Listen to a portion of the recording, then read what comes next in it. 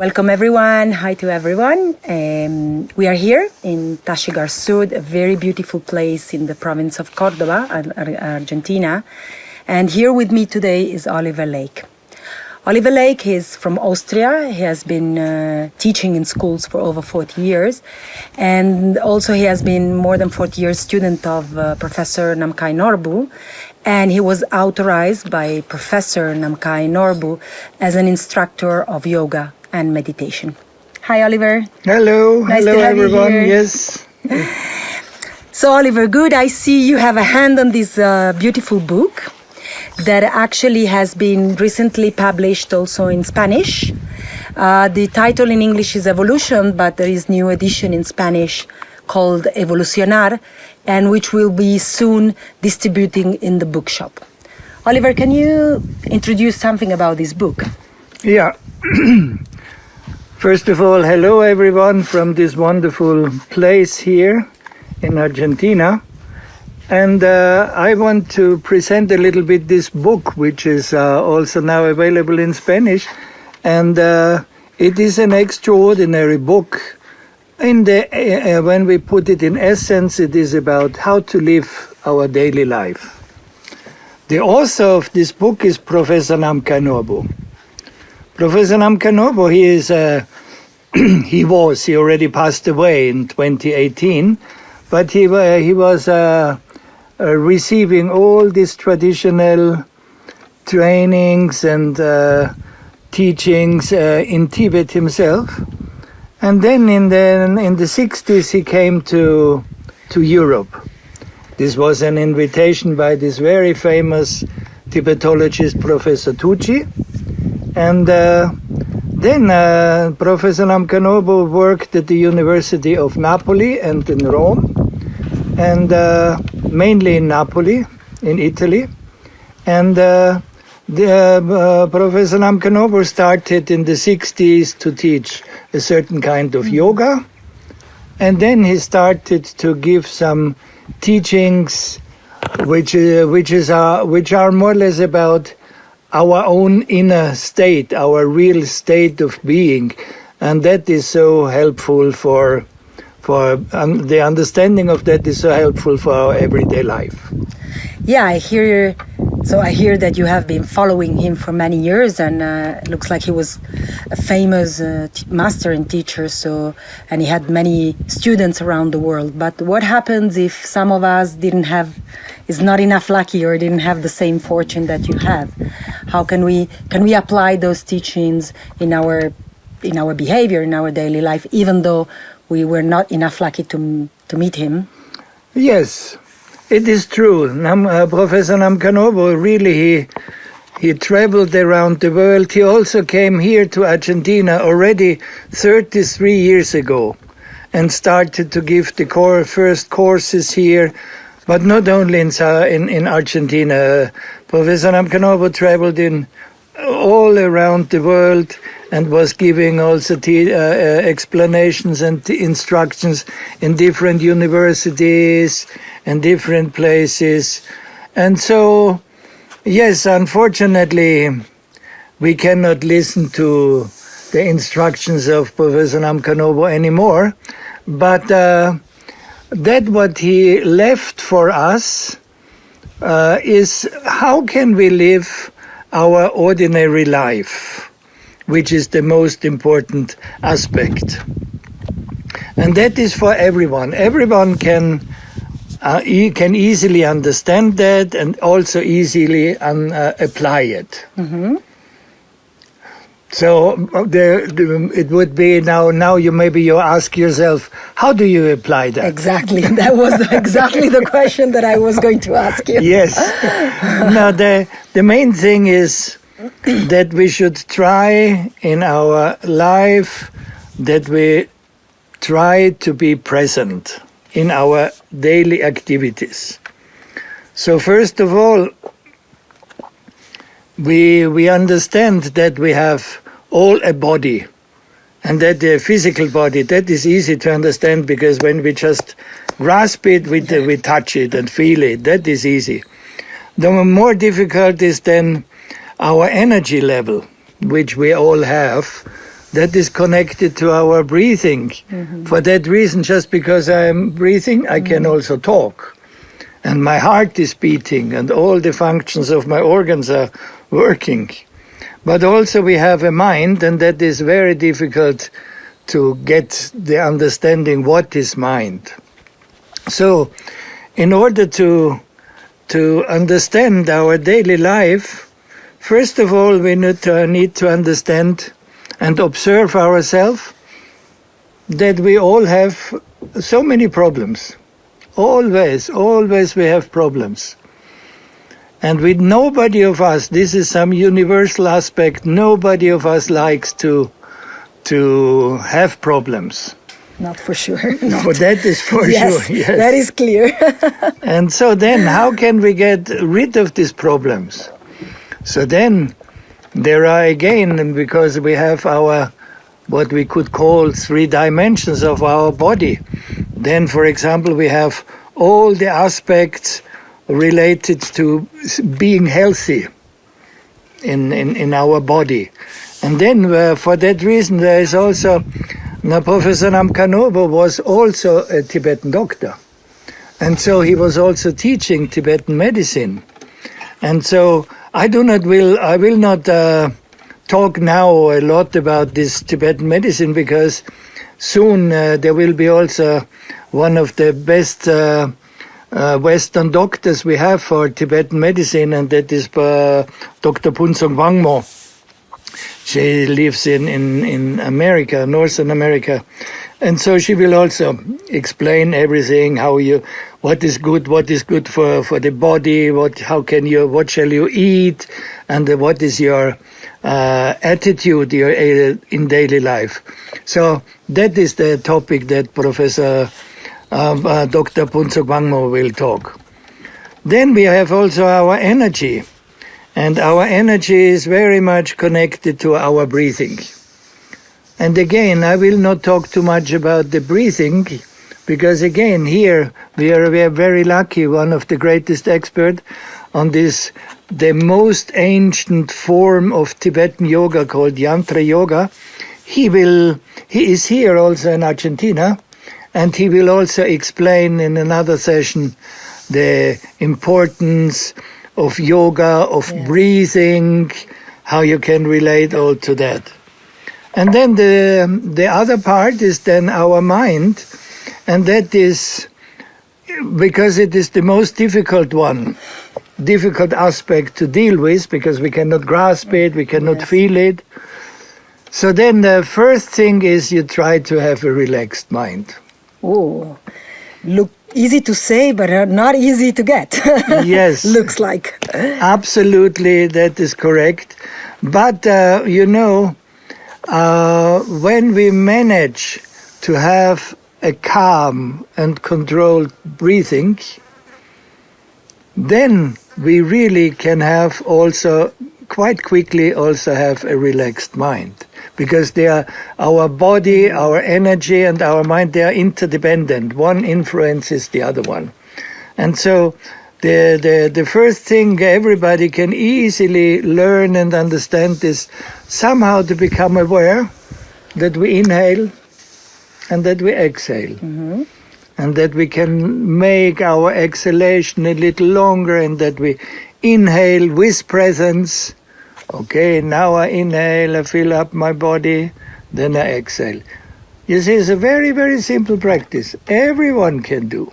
Absolutely, everyone can do.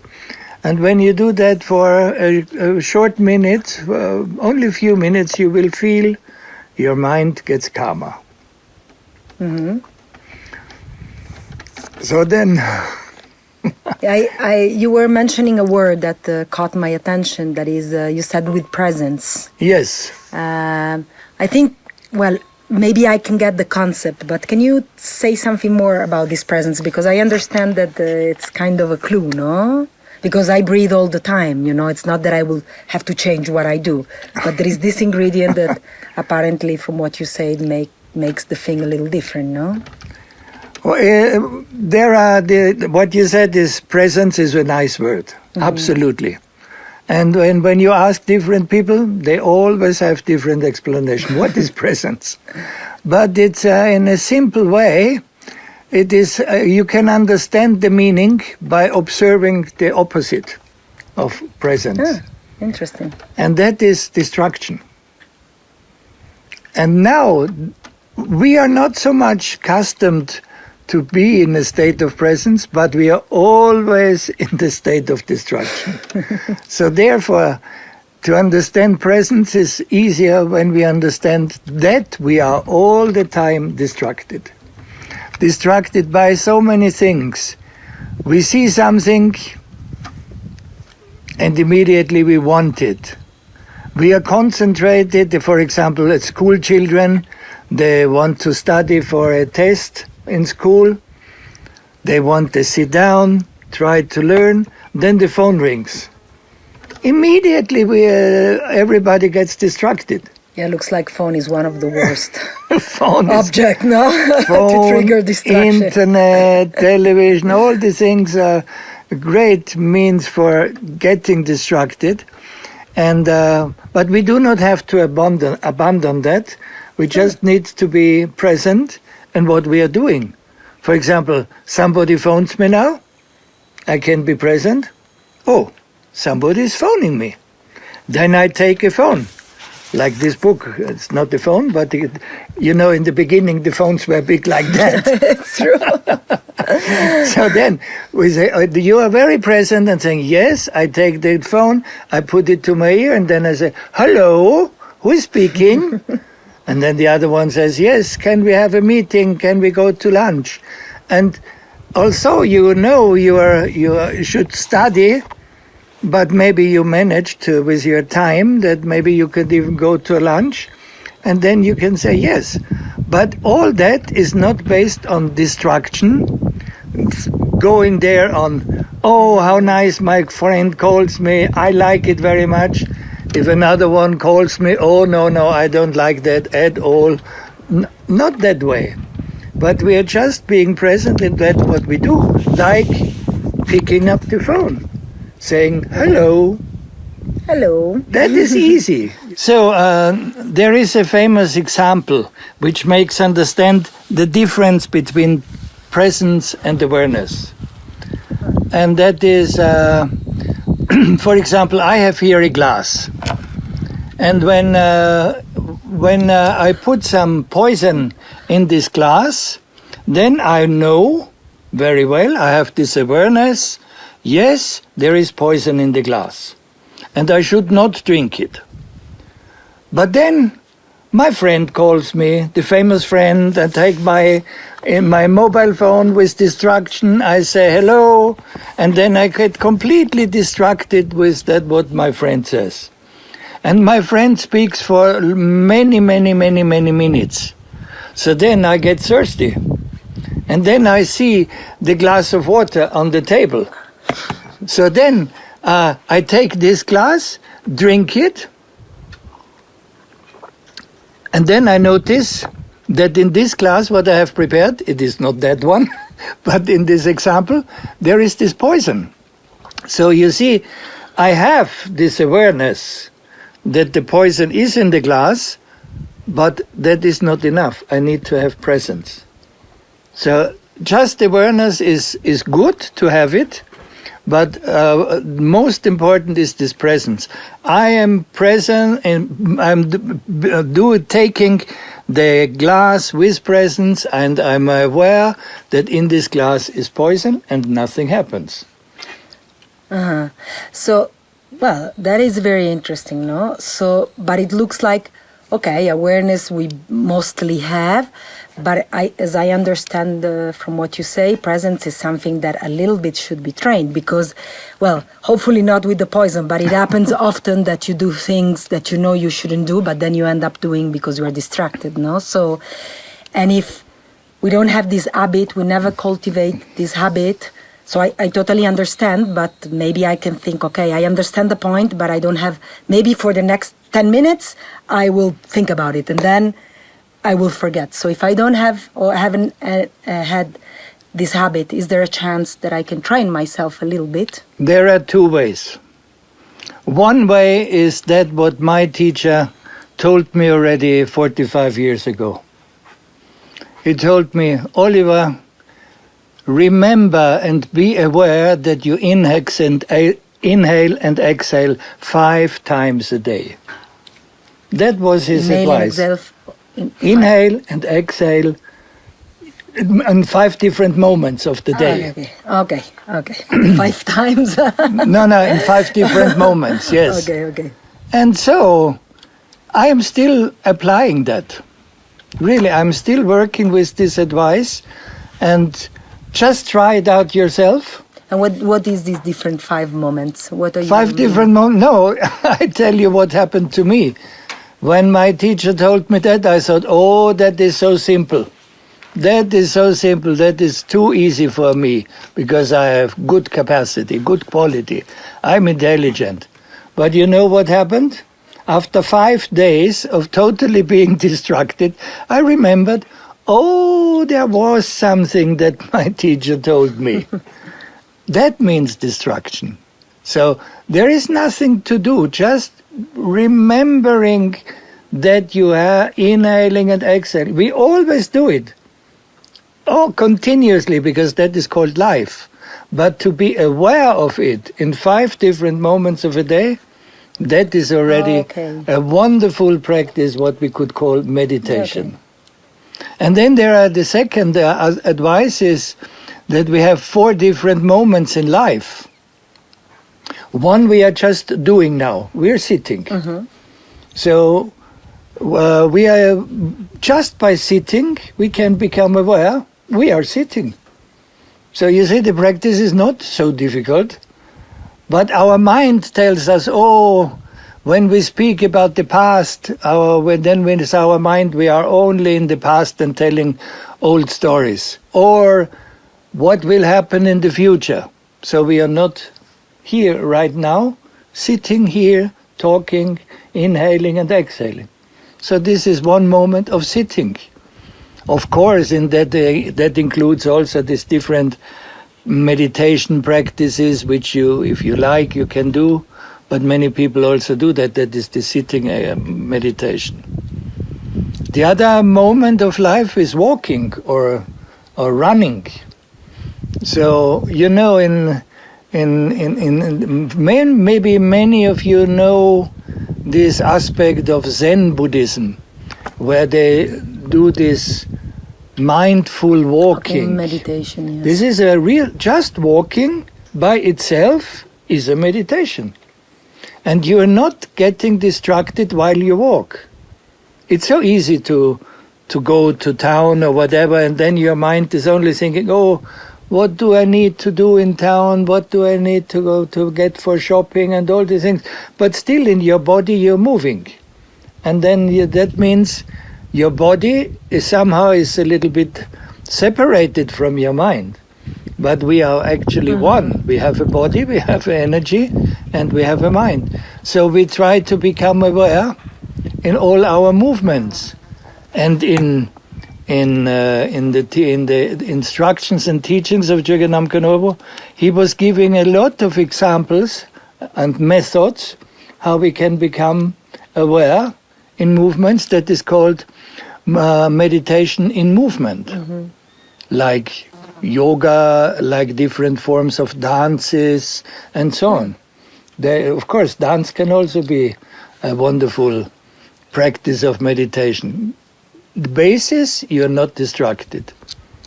The third the third moment in our life is that we are eating and drinking. So, of course, we need to eat and drink because we have a physical body. So we need to support this physical body. But we can eat with presence and awareness. We don't just put in the French fries and the hamburger because there is not much time, even if French fries and hamburger is also nice and good. That is not the point. It is just eating with distraction. The way we do, no? The way mainly people do, yeah. And especially on that aspect, then Professor Dr. Phuntsog Wangmo has so many advices how we could handle our everyday life with our food, which is good for us, maybe might not be good for another one, how is our constitution and so on. So that is a huge topic, so interesting and so helpful for so many people, because many people are also sick in their bodies because of the food. So many people have allergies and so on, cannot eat this, cannot eat that. So that is we should remember that. And the last moment in our life is then sleeping. So now you might ask, well, what can I do in sleep while I'm sleeping? But there are also methods to become a little bit aware. This is, for example, before you fall asleep, you try to be just for concentrating on inhaling, exhaling. One simple exercise, especially for people who have difficulties to fall asleep, put one hand on the chest and one on the belly. And you lay down in your bed and you just follow the natural movements of your inhalation and exhalation, how the body is moving. You don't think anything else. You do not reflect the problems you had or the good moments and what will be tomorrow. You just concentrate on that, and that will help you to fall asleep easily, and you will probably have a calm state. And then there are also explanations on what is called how dream yoga. This is what could you do in dreams. But first of all, you need to be aware that you sleep and that you have a calm sleep. That is always first. Thank you, Oliver. That's very interesting. Oh, so basically we should, if we train a little bit, we can prolong the state of presence in many activities during the day, no? That I understand. But still, because, I have this doubt, I know you make it very simple, and thank you very much. I think also the people who listen will find it very interesting. But still I have this doubt because for some reason you have been following a master for many years. So I imagine that was also useful to have someone that can guide you, that can support you here and there. So, and I am wondering if maybe you can give some practical suggestions, or is there other places where maybe we can find those kind of instructors, or I don't know, or because I understand that in words is easy, but yet I do feel, I don't know if others feel the same, that maybe for a little time, if you can be guided, for example, you mentioned the dance, you mentioned the walking, you mentioned the eating, you mentioned the sleeping, maybe it will be good to have some guide, no? At least at the beginning. Okay, there are again two answers. Oh. So the first guide is always yourself, because you do not need to depend on anybody outside. So how can you do that? That is, you have in your idea, in your mind, that you now want to have a cup of coffee. So you feel this idea and you want to do that. So what you do, you get present, you are present that you have this thought. So then what do you need to get the coffee? You need to go to the kitchen, obvious. So then you are totally present. Oh, now I'm standing up. Now I'm walking to the kitchen. Now I'm opening the shelf, taking a cup and taking the coffee machine. You're always totally present in that action, what you are doing. You're not afraid of making something wrong. You are not hoping that something will manifest miraculously. The coffee you have not to even put the in. Coffee. Then I'm totally aware to put it on the stove, then heating it, and then finally when it's finished, I drink it with presence.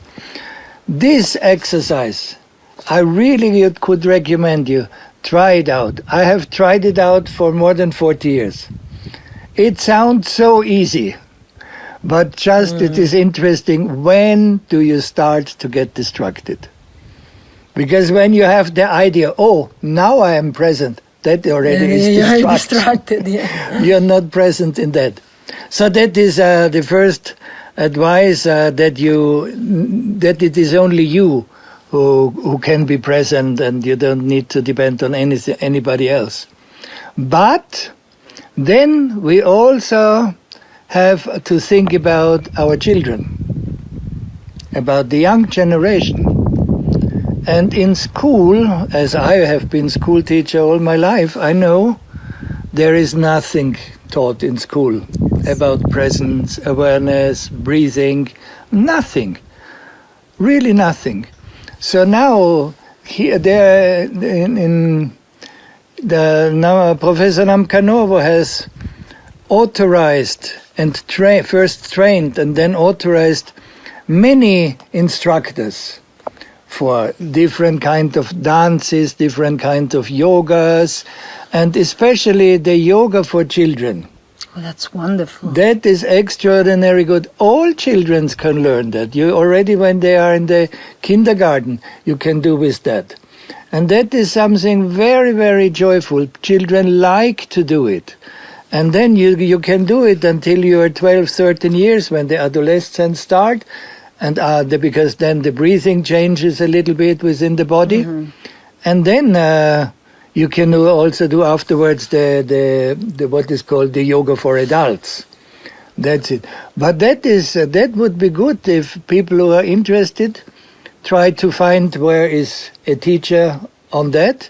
This special kind of yoga for children is called Kuma Kumari, and in many places in the world that is already offered.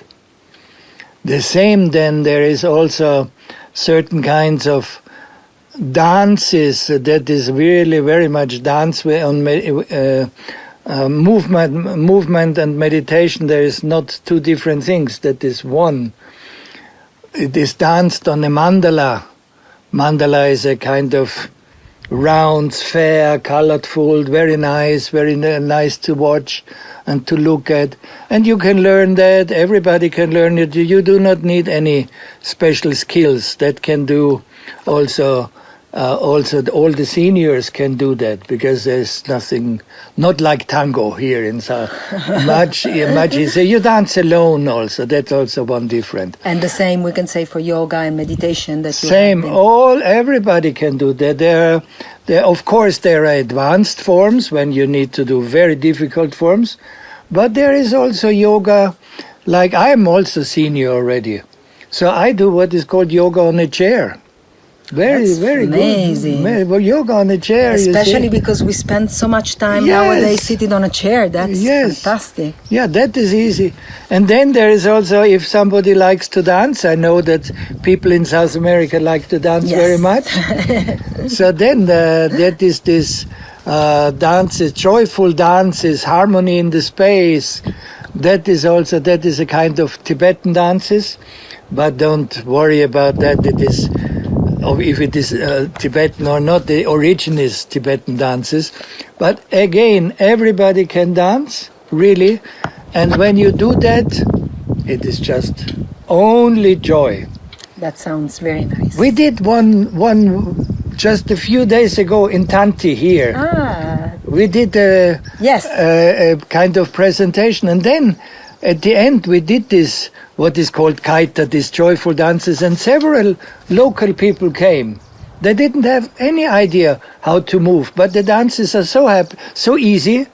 The music is so nice. It's easy to move with the music. And I spoke afterwards with the people. They were so happy. They were just smiling, and then I said, "Did you like it?" "Oh, so good, I would like more." Yeah, so, because dance has this power. Yes, dance has this power, People happy. So this is this possibilities, and of course then there are also different kinds of meditation, not only practices but also instructions. And the best instruction, for example, if you want to read a book, is this one. This Starting Evolution in English. If you read that Evolucionar en español. Yes. Yeah, if you read that, you do not have anything left out. Everything is covered here and written in a very, very, very simple words. Fantastic words. This is a compilation of different talks Professor Namkhai gave on different occasions. But in Spanish language, you can also have more books. For example, one book is on medicine that is called in English on birth, life, and death. And then we have the Vida, nacimiento y muerte is in Spanish. Fantastic book where everything related to body, how can we be healthy, what can we do, what is going on, how can we be present. That is one whole chapter is there. That is also available in Spanish. And then there are also other books of Professor Namkhai already available in Spanish. Just try maybe to find it out. The best is to connect here to this location here, to the main place that's called Tashigasur. And then you put it in internet, you find Tashigasur, and then you can get in contact and you can get the books there. Thank you, Oliver. Thank you very much. Actually, here below you will find more info if you want to connect with Tashigasur for the people living in Argentina especially, but in general in South America. And there you can get more info connecting to what Oliver was talking about. So I really would like to thank you for offering us your time, and we hope to see you here or somewhere else. Yeah, thank you very much. Thank you for this invitation. And I really wish that you may enjoy your life, because life is so short. It is such a pity if we don't enjoy it. But enjoy it with presence.